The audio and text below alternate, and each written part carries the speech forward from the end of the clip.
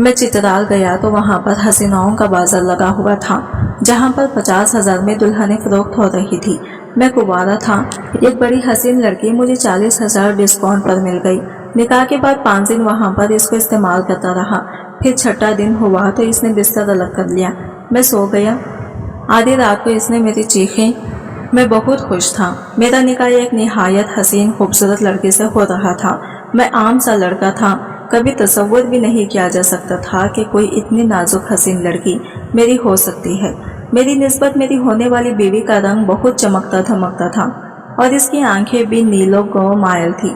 खुशी मेरे चेहरे से फूट रही थी। मेरे दोस्त मुझे छेड़छाड़ करने लगे।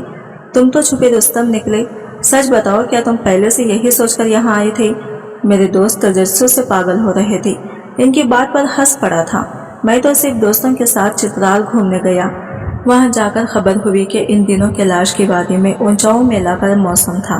ऊंचा मेला में कैलाश के लड़के और लड़कियां गीत गाते, नाचते और ईद मनाते हैं। ये शादियों का मौसम होता है जिसमें लड़के लड़कियां एक दूसरे का जीवन साथी मुंतखब करते हैं। मैंने भी बाकी लोगों की तरह कैलाश की निहायत हसीन कम उम्र लड़कियों के बारे में बहुत सुन रखा था। मेरे दोस्तों ने इस मेले के बारे में सुना तो मचल उठे। कहने लगे, अगर यहाँ तक आने का इत्तेफाक हो ही गया है तो हमें कैलाश के इस मेले में भी शिरकत कर लेनी चाहिए। मैं थोड़ा मुंतज़िर मजहब था। मुझे लगा कि वो लोग हमें अपने मेले में आने नहीं देंगे, क्योंकि इनकी जवान लड़कियां निहायत खूबसूरत रिवायती लिबास में टिक सिक से तैयार नाचती गाचती ईद मनाती हैं। मगर तब दोस्तों ने बताया कि इस मेले में किसी पर कोई पाबंदी नहीं होती। बाहर के लड़के लड़कियां भी वहां पर लुत्फ अंदोज होने जा सकते हैं। मैं भी दोस्तों के साथ इस मेले में पहुंच गया था। वहां जाकर तो मेरे और मेरे दोस्तों की आंखें फटी की फटी रह गई थी। वहां हसीन नाजुक लड़कियों का एक जहान आबाद था। रिवायती लिबास और टोपियों में खूबसूरती से तैयार वो लड़कियां गले में बाजू डाले खुशी से नाच रही थी। मेरे दोस्त भी इनमें शामिल होते हुए नाचने लगे। मैं हैरत ज़्यादा सा इन जिंदो दिलों लोगों को हंसता मुस्कुराता देख रहा था। कुछ देर बाद तमाम लड़कियां एक तरफ जमा होने लगी।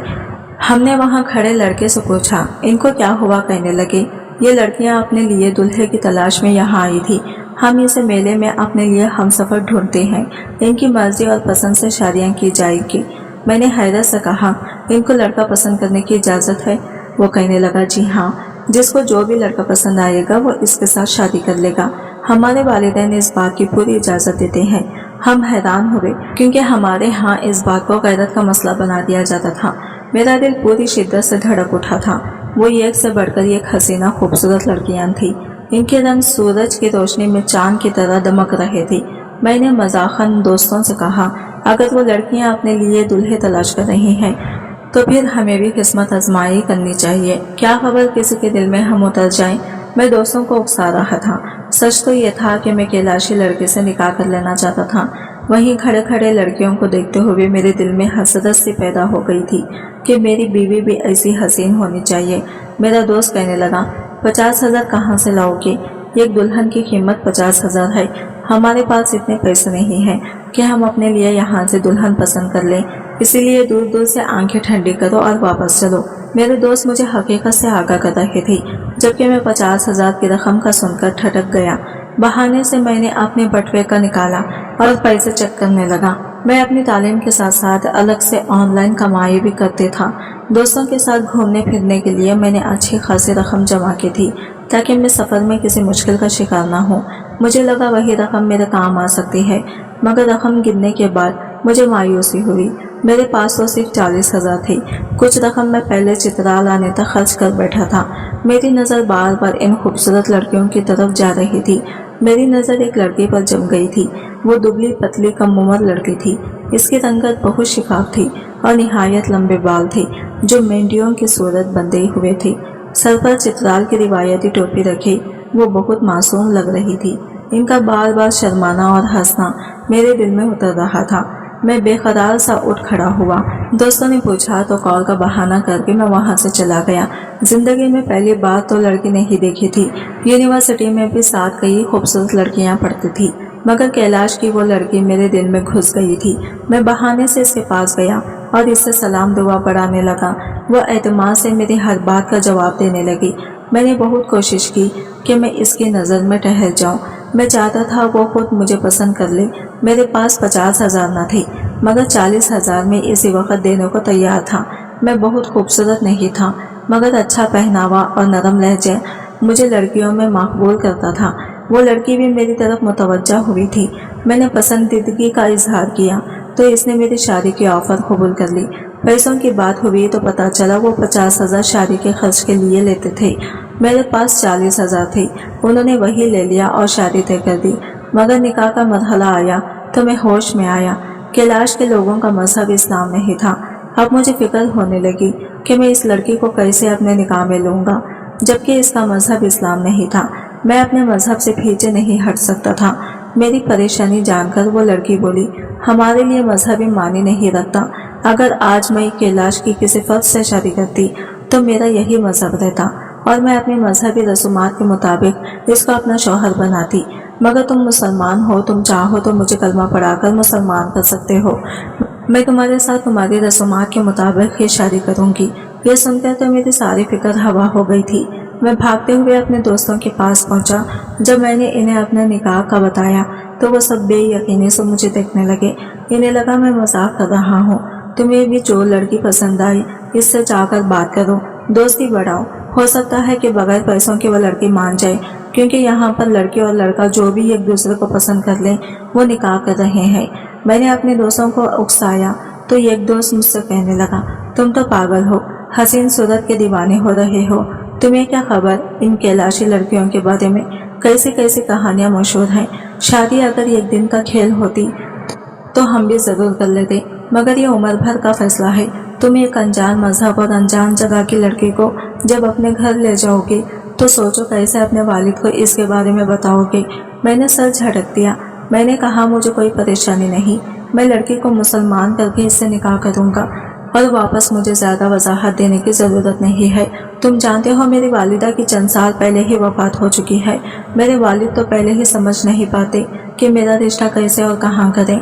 मैंने कहा, मुझे यकीन है जब मैं अपनी बीवी को अपने वालिद से मिलवाऊंगा तो वो इसे खुले दिल से कबूल करेंगे। मगर मेरे दोस्त अजीब से अंदाज मुस्कुराते हुए बोले, अभी तो खुश हो रहे हो, हम तुम्हारी खुशी ज़ाया नहीं करना चाहते, मगर शादी के बाद तुम्हें अंदाज़ा हो जाएगा कि कैलाशी लड़कियाँ कितनी अजीब हैं। इनकी हरकतें तुम बर्दाश्त नहीं कर पाओगे। निकाह करने से पहले एक बार ज़रूर सोच लेना। शादी के बाद ऐसा ना हो तुम अपनी बीवी को समझने लगो तो तलाक का फैसला कर बैठो। मैं समझ नहीं पाया मेरे दोस्त मुझे क्या समझाना चाह रहे थे। मैं तब अंदाज़ा नहीं कर पाया था मैं क्या गलती करने वाला था। मैंने ये जानने में दिलचस्पी नहीं ली कि उन्होंने कैलाश के लोगों के बारे में क्या कहानियाँ सुन रखी थी। कुछ नहीं जानना चाहता था। मेरे हवास पर तो इस वक्त इस लड़की का हुस्न सवार हो रहा था। अपनी खुशी में मैंने अपने दोस्तों की किसी बात को तवज्जो नहीं दी।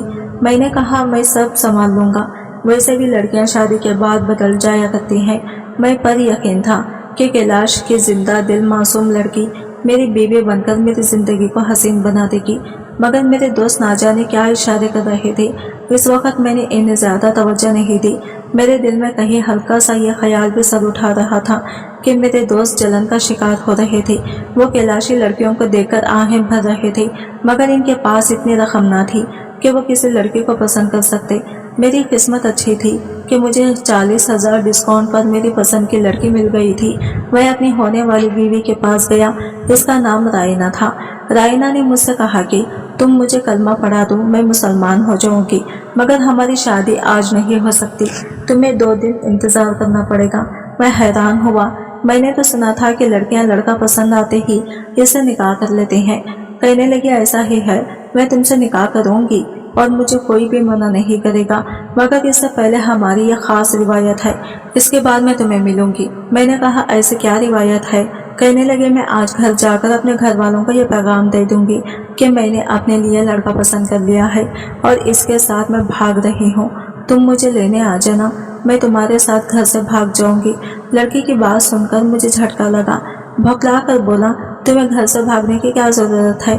मैंने कहा कि मैं तुम्हें पैसे दे रहा हूँ, हम एक दूसरे को पसंद करते हैं, शादी करेंगे, तो फिर छुपाने की क्या ज़रूरत है? मैं तो भौंकला गया था। मैं नहीं चाहता था कि कैलाश के लोग मेरे खिलाफ हो जाते और अपनी लड़की भगाने के इल्ज़ाम में मुझे मारपीट करते, मगर आईना मेरी बात पर हंसने लगी। बोली, फिक्र मत करो, मैं किसी से नहीं छुपा रही। पेशगी इतला दूंगी कि मैं घर से भाग रही हूँ। यह हमारी रिवायत है, कोई मुझ पर गुस्सा नहीं करेगा। तुम्हारी इजाज़त से कल या परसों मेरे वालिदैन मुझे घर ले जाएंगे और फिर हम दोनों रस्म रिवाज के साथ शादी कर लेंगे। मगर पहली रात मुझे तुम्हारे साथ भागना होगा। मेरी मोहब्बत का यही ऐलान होगा कि मैंने तुम्हें चुन लिया है। राइना की बातों ने मुझे घुमा कर रख दिया था। मैंने अपनी ज़िंदगी में ऐसा अजीब रिवाज कभी नहीं सुना था, मगर मुझे इस लड़के से शादी करनी थी, इसलिए मैं खामोशी से सर हिला गया। इस रात मैं राइना को लेने पहुंचा तो वो मेरी मुंतज़िर थी। मैं इसे घर से भगा लाया था। अपनी हरकत पर मुझे खुद हंसी आई थी। मैं जिस माशरे में पला बड़ा था, वहाँ घर से भागी हुई लड़कियों को सारी ज़िंदगी इस बात पर जलील किया जाता था, मगर कैलाश में लड़की भगाने पर कोई खून खराबा नहीं हुआ था। तब खुशी में इस अजीब रस्म से लुत्फ़ अंदोज़ हुआ। मैंने नहीं सोचा था मेरी ज़िंदगी में आगे क्या मोड़ आने वाला था। अगले रोज़ राइना के वालिदैन लड़की को अपने साथ घर ले गए। मैंने इन्हें बताया मैंने राइना को मुसलमान कर दिया है और इससे निकाह करना चाहता हूँ, तो उन्होंने अपने पुराने रस्म रिवाज एक तरफ रख दिए और मैंने राइना से निकाह कर लिया। मैं बहुत खुश था। मेरे दोस्त अभी वहाँ घूमना चाहते थे। मेरा भी वापसी का इरादा नहीं था। मैंने एक छोटे से रेस्ट हाउस में क़ियाम किया। मैं घूमने के लिए आया था, मगर अपनी पसंदीदा लड़की को बीवी बना बैठा था। मैं इन दिनों हवाओं में उड़ने लगा था। मेरी बीवी ने मेरी ज़िंदगी में शामिल होकर मेरी ज़िंदगी को मज़ीद खूबसूरत बना दिया था। 4 दिन हमने बगैर किसी परेशानी के गुजारे, मगर 5वें रोज़ मेरी बीवी कुछ संजीदा सी लगी। तुम अभी यही रहोगे या जल्द वापस जाना चाहे? मैं इस सवाल पर चौंक गया। इसने कहा कि मैं अभी फारिग हूँ, कुछ दिन यही रुकूंगा। वो जवाबन सोच में गुम हो गई। मैं इसे देखता जा रहा था। सादगी में इसका हुस्न मज़ीद नुमायां हो रहा था। इन 4 दिनों में राइना ने मुझे अपना दीवाना बना लिया था, मगर इसके चेहरे की सौगवारी मुझे ठटका गई थी। शायद मैं इसे घर नहीं ले जा रहा था, इसलिए वो घबरा रही थी। इसे तसल्ली देते हुए मैं इसके करीब होने लगा तो अचानक इसने मुझे दूर झटक दिया और इस रात ऐसी हरकत की कि मैं साकिन रह गया। अगले रोज़ मैं घबराया हुआ सा दोस्तों के पास गया। वो सब हसीन वादी के नज़ारों में खोए हुए थे।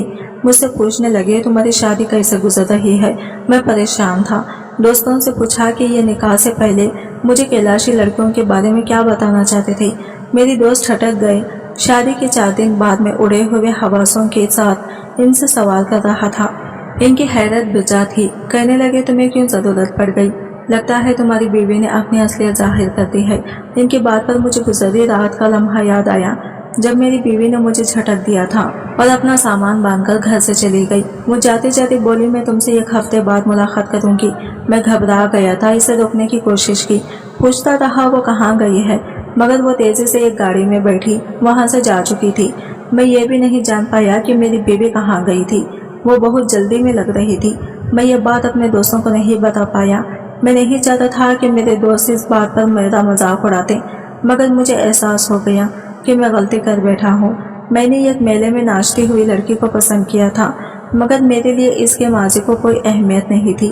लेकिन शादी के बाद मेरी बीवी का अचानक गायब होना मेरी समझ से बाहर था।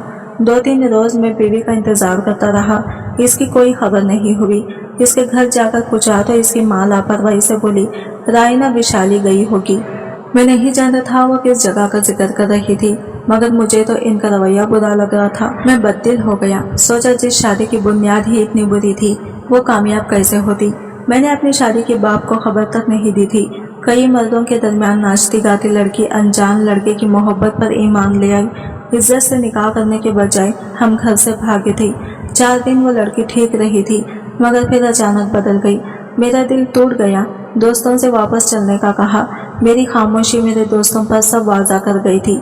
मैं हंसता मुस्कुराता परजोश सा इस वादी में पहुंचा था, मगर वापसी पर दिल खाली हो गया था। मैं राइना से मोहब्बत कर बैठा था। मैं खुद को रोक लगा आया था। वापस पहुंचा तो अपनी ज़िंदगी में खुद को इतना मसरूफ़ कर लिया कि सर खाने की फुर्सत नहीं रही। मेरे वालिद परेशान हुए। मैं गुमसुम रहने लगा था। ज़्यादा बातचीत नहीं करता था। राइना की बेवफाई ने मुझे किसी काबिल नहीं छोड़ा था। मुझे बार बार यही ख्याल आया था कि वो लड़की मुझे बेवकूफ़ बनाकर अब मुझ पर हंसती होगी। मैं अपने हल्का हबाब का सबसे ज़हीन लड़का था, जो एक छोटी सी लड़की के हाथों पागल बन गया था। मुझे तो लगा था वो वक्ती पसंदीदगी थी, मगर रायना की मोहब्बत मेरे अंदर जड़ें फैला चुकी थी। इसकी बेवफाई के बावजूद मैं इसे भूल नहीं पा रहा था। मेरे वालिद मेरी तब्दीली से बहुत नाखुश थे, मेरी उदासी की वजह से पुश्त थी, मगर मैं इन्हें कुछ बता नहीं पाया था। मेरा जल्द आखिरी सेमेस्टर शुरू हो गया तो मैंने खुद को पढ़ाई में मसरूफ कर लिया। घर में सिर्फ मैं और मेरे वालिद रहते थे। काम करने के लिए एक मुलाजिम रखी हुई थी। एक रोज मुलाजिमा ने मेरा सफरी बैग खोला तो इसे कुछ सामान मिला। मुझसे कहने लगी, साहब आपके सामान में कोई खत रखा हुआ है। मैं मसरूफ था, लापरवाही से कहा, मेरा ज़रूरी सामान अलमारी में रख देना, मैं बाद में सब कुछ चेक कर लूँगा। मैं तब इम्तिहानात की वजह से परेशानी का शिकार था, इसलिए इसकी बात को ज़्यादा तवज्जो नहीं दी। मुलाजिमा अदब से सर हिलाकर चली गई। आखिरी सेमेस्टर के इम्तिहानात तक मेरे दिमाग से इस खत का ख्याल बिल्कुल निकल गया था। डिग्री लेते ही मैंने एक अच्छी जगह पर नौकरी के लिए इंटरव्यू दिया। मेरी किस्मत अच्छी थी कि मेरा इंटरव्यू पास हो गया और मैं जॉब करने लगा। इस तमाम अरसे में निहायत और मसरूफियत के बावजूद मेरे दिमाग से कभी रायना का ख्याल नहीं गया था। मुझे चित्राल से वापस आए साल भर हो चुका था, मगर आज भी रायना की याद आती थी तो दिल दर्द से भर जाता था। मैं इसे जब याद करता अपने खालीपन का इल्ज़ाम देता था और इसे बदुआ देता कि वो कभी खुश ना रहे। मेरे दोस्त इस सफ़र को भुला चुके थे, सब अपनी अपनी ज़िंदगियों में मगन हो चुके थे, मगर मैं अपनी ज़िंदगी के वो 4 दिन कभी भुला नहीं पाया था। मुझे लगता था रायना अपनी ज़िंदगी में खुश होगी, मेरी तरह चित्राल में मेला देखने के लिए आए जवानों को अपने हुस्न से ख्वाब करके पैसा लूट रही होगी। मैंने इसे जब भी सोचा, इसका यही ख्वाब मेरे दिमाग भी उभरा था, क्योंकि मुझे यकीन था इस शादी में सिर्फ मैं एक मुखल्लिस था। मैं ज़िंदगी के सफ़र में आगे बढ़ता जा रहा था, हर कदम पर कामयाबी हासिल हो रही थी, मगर मोहब्बत में शदीद नाकामी का सामना हुआ था। एक रोज़ वालिद ने मुझसे अपने अजीज़ दोस्त की बेटी का जिक्र किया। कहने लगे, मैं तुम्हारा रिश्ता दोस्त की बेटी से करना चाहता हूँ। वो पढ़ी लिखी और बहुत सादा सी लड़की है, लेकिन मैंने तुम्हें हमेशा पसंद से शादी करने का इख्तियार दिया है, इसलिए मैं एक बात तुमसे पूछना चाहता हूँ। अगर तुम्हारी ज़िंदगी में कोई लड़की है तो मुझे बताओ, मैं इसी से तुम्हारी शादी करवा दूँगा। मुझे फ़र्क नहीं पड़ता वो लड़की गरीब घराने की है या अमीर है, मुझे सिर्फ तुम्हारी खुशी अजीज़ है। मेरे वालिद के सवाल पर मुझे चित्राल की वो बेवफा हसीना बहुत शिद्दत से याद आई थी। मैंने कहा, मेरे दिल में कोई लड़की नहीं है, आप जहाँ चाहें मेरा रिश्ता कर सकते हैं। मैंने सोच लिया था रायना के लिए खुद को मज़ीद अकेला नहीं करूँगा। मेरी हामी भरते ही मेरे वालिद ने मेरा रिश्ता तय कर दिया और शादी की तारीख भी दे दी। मेरी शादी के दिन करीब आ रहे थे, मेरा दिल मज़ीद उदास होता जा रहा था। शादी से हफ्ता भर पहले मेरे वालिद ने मुझे हिदायत दी कि अपने कमरे का पुराना फर्नीचर हटाकर अच्छे से पेंट वगैरह करवा लो, यहाँ नया फर्नीचर आएगा। अपना सामान समेटते हुए मैंने अलमारी से अपनी चीज़ें समेटी तो मेरे सामने यह खत आया। वो खत देखकर मैं चौंक गया। गुलाबी सी रेपड़ी में बंद किया गया वो खत मेरे लिए बिल्कुल नया था। मैं सर झटककर वो खत फेंकने लगा।